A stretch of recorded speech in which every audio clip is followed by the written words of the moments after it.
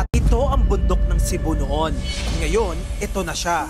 Worst flash flood in Cebu history. Yan ang sabi mismo ng governor ng Cebu. Sa mga nagkalat na larawan, parang nasa disaster movie ang probinsya. Patong-patong ang mga inanod na sasakyan. Pati sawa, nagsilabasan dahil sa baha. 66 ang patay, 26 ang nawawala at mahigit sa 706,000 na tao ang apektado. Pero teka, bagyo lang ba talaga ang dahilan o kagagawan din to ng mga tao? Ito ang mga itinuturong dahilan ngayon kung bakit nangyari ang pinakamalalang pagbaha sa kasaysayan ng Cebu. Una, andyan daw ang overdevelopment sa bundok, the Monterasas the Rise issue. Noong 2023, nag-viral ang post ni Atty. Jesus Falsis tungkol sa Monterasas the Rise, isang condo project sa mountainside ng Cebu. Ang kanyang post ay directed mismo kay Slater Young, engineer at developer ng nasabing proyekto. May tatlong tanong si Atty. Falsis kay Slater. Una, ilang hectares ng mga puno ang pinuputol para maipatayo ang mga condos? Pangalawa, kaya daw bang pantayan ng concrete at irrigation system ang kakayahan ng mga ugat ng mga puno na sumipsip ng ulan?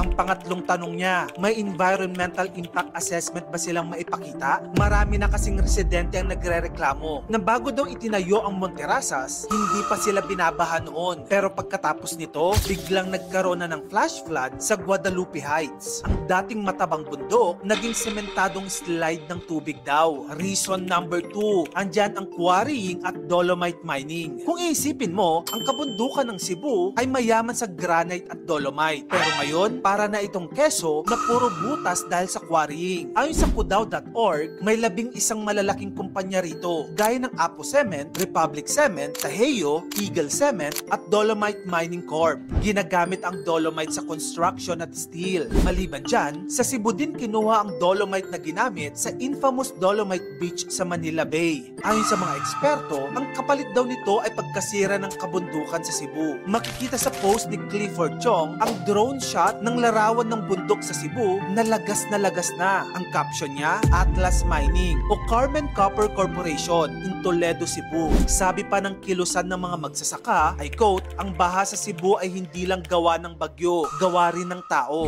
Reason number 3, ineffective and questionable flood control projects. Nako, dito na naman tayo sa flood control na to. Hindi na matapos-tapos. Ito ang pinakamasakit. May baha kahit bilyones na ang ginastos para labanan ng pagbaha. Ayon sa KMP, may mahigit na 25.5 billion pesos na flood control budget para sa Cebu mula noong 2022 hanggang 2025 sa 6th district pa lang, which is sa Lapu-Lapu, Mandaue, Consolacion at Cordova. May 7.3 billion pesos na proyekto ang flood control at sa Cebu City mismo 3.8 billion pesos ang nagastos nila sa 3 taon. Pero ang tanong, nasaan ang resulta ng bilyong-bilyong pisong flood control projects na ito? Reason number 4, nature's payback plus climate change.